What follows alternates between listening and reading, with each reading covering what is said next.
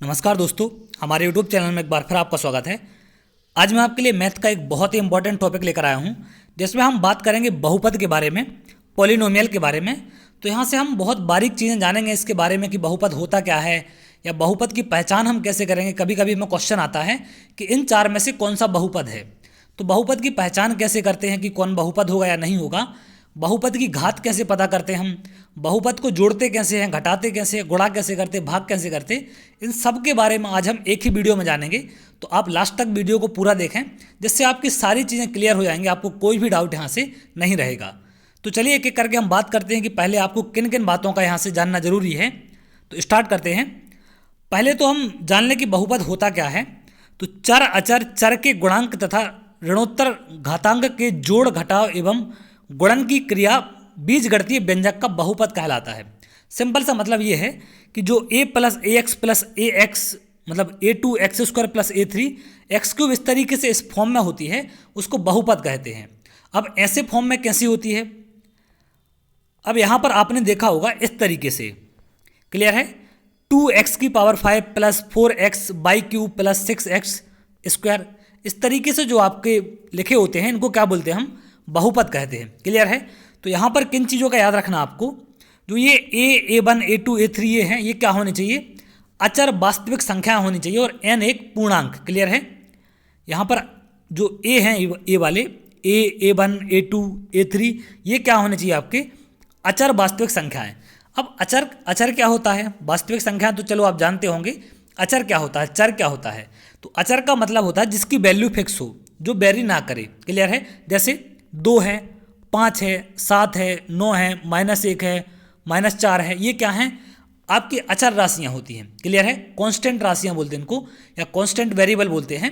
तो कांस्टेंट का मतलब होता है जिनकी वैल्यू फिक्स हो। अब 2 आपने कोई चीज़ बोल दी तो 2 के अलावा वो 3 नहीं होने वाली, 2 मतलब 2। क्लियर है। और अगर हम बात करें चर की, तो चर क्या होती हैं, जैसे x है, y है, z है, इस तरीके ये राशियाँ क्या होती हैं, चर होती हैं जो वेरी हो सकती हैं। क्लियर है। ये डिपेंड करता क्वेश्चन पर, तो ये राशियाँ वेरी हो सकती है। जैसे आप क्वेश्चन करते हैं तो वहाँ पर मानते हैं कि माना कि वो संख्या x है। अब संख्या को 2 क्यों नहीं मानते, क्योंकि 2 वेरी नहीं करता। x क्या है, संख्या के हिसाब से वेरी कर जाता है। तो जो संख्याएं वेरी करती हैं उनको हम चर बोलते हैं। क्लियर है। मतलब इनको वेरिएबल बोलते हैं, चर को इंग्लिश में। तो इनको हम चर बोलते हैं जो संख्याएं वेरी करती है। तो आप जो संख्या मानते हैं कि माना कि वो संख्या x है, तो वो x क्या होता है, एक चर संख्या होता है। अगर आप 2 बोलें, 5 बोलें, 7, कोई भी ये न्यूमेरिकल वैल्यू है, ये आपकी क्या होती है, अचर संख्या होती है, कांस्टेंट वेरिएबल होता है। क्लियर है। ये वेरी नहीं करता। तो यहाँ से हम बात करें आगे, इस टाइप के जो ये आप देखते हैं ये क्या होते हैं, बहुपद कहलाते हैं। क्लियर है। इस तरीके की आपने जो इक्वेशन देखी होंगी इनको बहुपद बोलते हैं हम। अब आगे बढ़ते हैं। अब बीजीय बहुपद की अगर हम बात करें, एल्जेब्रिक पॉलिनोमियल की, तो चर एवं अचर बहुपद को शामिल करने से जो पद प्राप्त होता है उसे क्या कहते हैं, बीजीय बहुपद कहते हैं। क्लियर है। एल्जेब्रिक पॉलिनोमियल क्या कहलाता है, चर और अचर बहुपद को शामिल करके जो आपका पद बनाया जाए। कैसे शामिल करके, जैसे x प्लस 2। अब यहाँ पर x क्या है, आपका एक चर है, 2 क्या है, आपका एक अचर है। तो इनको शामिल करके जो पद बनाया जाता है उसको हम क्या कहते हैं, बीजीय बहुपद कहते हैं। क्लियर है। Algebraic polynomial. अब आगे बढ़ते हैं। अब बीजीय बहुपद कितने प्रकार के होते हैं, तो बीजीय बहुपद होते हैं ये आपके 2 प्रकार के होते हैं। एक तो होता है चर बहुपद और दूसरा होता है अचर बहुपद। अब ये चर बहुपद कैसे होते हैं या अचर बहुपद कैसे होते हैं, इन पर हम बात करें। तो अगर हम बात करें अचर बहुपद की, तो अचर बहुपद का मतलब ये होता है कि बहुपद में जो वैल्यू है वो फिक्स होती है। तो बहुपद का ऐसा पद जिसका मान हमेशा स्थिर होता है वह अचर बहुपद कहलाता है। जैसे यहाँ पर 4x प्लस 5 लिखा है, तो यहाँ पर अगर इसको हम 0 के बराबर रखें तो x की वैल्यू यहाँ फिक्स है। कैसे, 4x बराबर क्या हो जाएगा, 5 यहाँ जाएगा तो -5, और x बराबर आएगा -5/4। तो -5/4 यहाँ पर क्या है, x की वैल्यू आपकी फिक्स है। x की एक ही वैल्यू आएगी तो ये फिक्स है आपकी, तो इसको बोलते हैं हम अचर बहुपद। क्लियर है। अगर हम बात करें चर बहुपद की, तो चर बहुपद का मतलब क्या होता है, बहुपद ऐसा जिसकी वैल्यू हमेशा क्या हो, उसका मान बदलता रहता है, उसको चर बहुपद कहते हैं। जैसे आप यहाँ पर x² प्लस 4x प्लस 2 लिखा है, तो आप जानते हैं कि जब इसको सॉल्व करेंगे तो x की वैल्यू 2 आएंगी। जैसे आपको ऐसा लिख दे x² -1, तो इसको क्या लिखेंगे आप, एक्स की वैल्यू क्या होंगी, 0 के बराबर लिखोगे तो एक्स स्क्वायर बराबर 1 होगा। तो इसको हम क्या लिख सकते हैं, एक्स बराबर प्लस माइनस अंडर रूट 1 लिख सकते हैं। क्लियर है। या फिर यहाँ पर -2 है तो -2 आएगा, -2 आ जाता। तो एक वैल्यू होती है -√2, एक होती है +√2, इस तरीके से। तो x की पावर, मैक्सिमम पावर जितनी होती है उस इक्वेशन की उतनी वैल्यू होती है। तो अगर x की पावर 2 है तो मतलब उसकी वैल्यू 2 होंगी और वेरी करेगा x वहाँ पर। क्लियर है। एक बार x जैसे यहाँ देखा -√2 है, एक बार +√2 होता है। तो x की वैल्यू यहाँ वेरी करती है, दोनों कंडीशन में वो सही होता है। तो इनको बोला जाता है जो x² + 4x वाले फॉर्म में होते हैं, या x की घात 1 से ज़्यादा हो तो वो होते हैं आपके चर बहुपद। तो यहाँ से आगे बढ़ें। अब बहुपद की पहचान जो मेन इंपॉर्टेंट काम है आपका, कि बहुपद को हम कैसे पहचानेंगे। अगर क्वेश्चन दे दे आपको कि इन 4 में से कौन सा बहुपद है, तो आप बहुपद को कैसे पहचानेंगे। यदि किसी व्यंजक के सभी पदों की घात एक धनात्मक पूर्णांक होता है तो वह क्या कहलाता है, आपका बहुपद कहलाएगा। अगर कोई भी व्यंजक है आपका तो उसकी घात क्या होनी चाहिए, सभी पदों की घात हमेशा धनात्मक पूर्णांक होगी। धनात्मक पूर्णांक होगी तभी वो क्या कहलाएगा, बहुपद कहलाएगा। यदि किसी व्यंजक की घात भिन्न में है, ऋणात्मक पूर्णांक में है या अपरिमेय संख्या होती है तो वह बहुपद नहीं कहलाता। इस बात को याद रखेंगे। क्लियर है। अब कैसे धनात्मक ऋणात्मक पूर्णांक होगा, कैसे हम इनको पहचानेंगे। अब यहां देखें 2x की पावर 2 है, x की पावर यहां पर 1 है, 0 एक बहुपद है क्योंकि यहां x की घात क्या है, धनात्मक है। क्लियर है। x की घात यहां पर क्या है, धनात्मक है।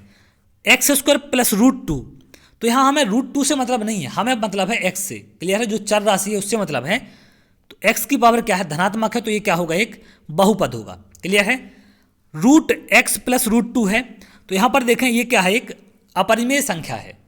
√x क्या होता है, रूट के अंदर जो संख्या होती है वो हमेशा क्या होती है, अपरिमेय होती है। √2 भी अपरिमेय है यहाँ पर, और √x भी क्या है, एक अपरिमेय है। तो रूट वाली जो संख्याएं होती हैं तो उनको हम क्या बोलते हैं, अपरिमेय संख्या बोलते हैं, जो रूट के अंदर होती हैं। अब x को हम क्या लिख सकते हैं, 1/2 लिख सकते हैं √x को। क्लियर है। रूट का मतलब क्या होता है, 1/2 की पावर। तो ये घात इसकी क्या है, 1/2 है आपकी यहाँ पर, मतलब परिमेय संख्या ये नहीं है। क्लियर है। x की घात परिमेय संख्या नहीं है तो हम इसको क्या कहेंगे, यहाँ पर बहुपद नहीं बोलेंगे आप। क्लियर है। तो इस बात को आपको यहाँ पर ध्यान रखना है। तो यहाँ पर √x लगा हुआ है आपका, क्योंकि x की घात यहाँ पर क्या है, रूट है, ये अपरिमेय है। √x क्या होता है आपका, अपरिमेय होता है, तो ये क्या होगा, बहुपद नहीं होगा। इस बात को याद रखें। यहाँ देखें x की पावर -2 है, तो ये क्या होगा, इसकी घात ऋणात्मक है, तो ये क्या होगा, बहुपद नहीं होगा। इन दोनों बातों का आपको ध्यान रखना है। तो ये कब होगा बहुपद, जब घात उसकी धनात्मक हो। क्लियर है। और परिमेय हो वो, तो उसको हम क्या बोलेंगे, बहुपद बोलेंगे। अदरवाइज उसको हम क्या कह देंगे कि वो बहुपद नहीं है। अब हम आगे बढ़ते हैं। अब आते हैं हम बहुपद की घात पर, कि बहुपद की घात क्या होती है, पॉलिनोमियल की जो पावर होती है उसको क्या बोलते हैं, पावर कैसे निकालते हैं। तो बहुपद में चर की महत्तम घात बहुपद की घात होती है। मतलब जो पॉलिनोमियल होता है उसमें जो वेरिएबल की मैक्सिमम पावर है वही क्या होती है, पॉलिनोमियल की पावर होती है। क्लियर है। अब जैसे यहाँ पर क्वेश्चन देखें आप, 2x + 1 में चर की अधिकतम घात क्या है। तो चर क्या है, x है, इसकी अधिकतम घात क्या है, कुछ नहीं है, तो 1 होता है। क्लियर है। तो इसका आंसर क्या हो जाएगा, अधिकतम घात 1 होगी। अगर आपको ऐसा दे दे कि इसमें चर की अधिकतम घात क्या है, तो देखिए जब 2 लिखा हो तो इसके साथ इसको हम क्या मान लेते हैं, x की पावर 0 लिख सकते हैं, क्योंकि किसी भी संख्या की घात 0 क्या होता है, 1 होता है। क्लियर है। तो मैंने इसको क्या लिख दिया, 2 × x की पावर 0। तो यहाँ पर चर की घात क्या होती है, 0 होती है, तो यहाँ बराबर हो जाएगा 0 के। तो कोई भी संख्या अगर उसके साथ x नहीं है तो वहाँ पर चर की घात हमेशा क्या होगी, 0 होगी। जैसा कि संविदा वर्ग 3 में एक क्वेश्चन पूछा गया था, √2 में बहुपद की घात क्या होगी। तो है आप जानते हैं कि बहुपद में यहाँ पर चर राशि नहीं है, तो इसको हम क्या लिख सकते हैं, x की पावर 0 लिख सकते। तो यहाँ पर बहुपद की घात क्या आएगी, 0 आएगी। तो कोई भी संख्या अगर आपको ऐसी दिखे 2, 4, √2, √5, इसमें बहुपद की घात पूछे जिनके साथ x नहीं है तो इनकी हमेशा क्या होगी, 0 हो जाएगी। क्लियर है। 2x + 1 की चर की घात क्या पूछ रहा है आपसे, तो यहाँ पर क्या है, 1 होगा क्योंकि x है। यहाँ पर क्या होगा, चर की अधिकतम घात क्या है, 2 है, तो यहाँ पर हम क्या लिख देंगे, इसकी घात क्या होगी, अधिकतम घात 2 होगी। यहाँ पर देखें अधिकतम पावर 3 है, तो यहाँ हम क्या बोल देंगे, इसकी घात 3 होगी। यहाँ पर देखें आप 4 है तो इसकी घात हम क्या कह देंगे, 4 होगी। तो इस तरीके से आप इनकी जो पावर है उनको निकाल सकते हैं। इसकी 1 है, इसकी 2 है, इसकी 3 है, इसकी 4 है, क्योंकि ये मैक्सिमम पावर है। क्लियर है। ऐसा भी दे सकता है आपको x की पावर 3 माइनस 1 में क्या होगी, तो आपको मतलब नहीं है पद कितने हैं। x की घात ज़्यादातर क्या है, सबसे ज़्यादा 3 है, तो इसकी घात क्या हो जाएगी 3, और ये इसका आंसर होगा। तो इस तरीके से आप किसी भी पद बहुपद की घात निकाल सकते हैं, किसी भी पॉलिनोमियल की पावर निकाल सकते हैं। अब आगे आते हैं, अगर हम बात करें बहुपद का आपसे जोड़ना घटाना पूछ लिया जाए तो हम कैसे जोड़ेंगे या कैसे घटाएंगे। तो इस तरीके से आपको दो बहुपद दे दे और उनको जोड़ने की बात करें तो हम कैसे जोड़ेंगे, 5x² प्लस 4x² प्लस 2, और यहाँ पर है 8x² प्लस 2x प्लस 5। तो इनको जोड़ेंगे कैसे हम, पीछे से जोड़ें, 2 और 2 कितना हो जाएगा, ये मतलब 5 और 2 7 होगा, प्लस 6x और 2 4x और 2x 6x हो जाएगा, प्लस 8 और 5 13x²। क्लियर है। तो ये तो x² आपका पीछे रहेगा, बस आगे वाली जो संख्याएं होती हैं वो जुड़ जाती हैं। क्लियर है। तो इस तरीके से आप इनको जोड़ सकते हैं। अगला है, यहां पर बोल रहा है कि बहुपद को क्या करना है, घटाना है। तो बहुपद ऐसा लिखा हुआ है 5xy plus 8xy² plus 6x² plus 8y³ में से घटाना क्या है हमें, 3xy plus 2xy² plus x² plus 2y³, इसको घटाना है। तो आपको आगे वाली संख्याओं में से आगे वाली संख्या को बस माइनस करना है। तो 6y³ यहाँ आ जाएगा, प्लस यहाँ पर कितना आएगा 5x², अगर माइनस करेंगे तो यहाँ पर क्या आएगा 6xy², और यहाँ क्या बचेगा 2xy। तो इस तरीके से आप इसको माइनस करेंगे तो ये सारे चिन्ह क्या होते हैं, आपके पलट जाते हैं। क्लियर है। इस तरीके से इसको आप माइनस कर सकते हैं। अगर हम बात करें इस तरीके से गुणा करने की, हमसे बात कर दे कि गुणा करना है हमें, तो आप जानते हैं इसे xy का गुणा आपको x में करना, तो ये क्या हो जाता, x² हो जाता है। क्लियर है। तो यहाँ पर क्या होता है कि जब समान आधार समान होते हैं तो गुणा में घातें जुड़ती हैं, कॉन्सेप्ट वही लगता है आपका। तो यहाँ पर क्या है 3 गुणित 12, इनको आप अलग कर लेंगे क्योंकि ये क्या है आपकी अचर राशियाँ हैं, और p की पावर 2 है इंटू q की पावर 2 है इंटू p की पावर 3 इंटू q की पावर 3 है। क्लियर है। तो ये गुणा करना है इनको आपको। तो 12 गुणित 3 कितना हो जाएगा 36, इंटू आधार समान है p और p समान है तो घातें क्या होंगी, जुड़ेंगी। तो p की पावर क्या आ जाएगा 5, इंटू यहाँ पर q समान है तो q की घात क्या होगी, ये दोनों जुड़ेंगे तो 5। तो आंसर क्या मिल जाएगा आपको 36, p की पावर 5 और q की पावर 5। तो इस तरीके से आप इनको लिख सकते हैं। क्लियर है। अब गलती ये मत कर देना कि p की पावर 2 है और q की पावर 3 है, तो 2 और 3 का आप गुणा करके क्या लिख दें इसको, p की पावर 6, तो वहाँ पर आपका आंसर गलत हो जाएगा। क्लियर है। तो आपको गुणा करके नहीं लिखना है, पावर आधार समान हो तो गुणा में घातें क्या होती हैं, जुड़ती हैं। तो अगर आपने ये चीज़ नहीं पढ़ी है तो मैं घातांक और करनी का एक वीडियो डाल चुका हूँ, आप उसको जरूर देख लें, वहाँ से सारी चीज़ें आपको क्लियर हो जाएंगी। तो इस तरीके से हम इनका गुणा कर सकते हैं। अगर आपको भाग करने की बात कर दे कि 2xy प्लस 6x को हमें डिवाइड करना किससे, 2x से। क्लियर है।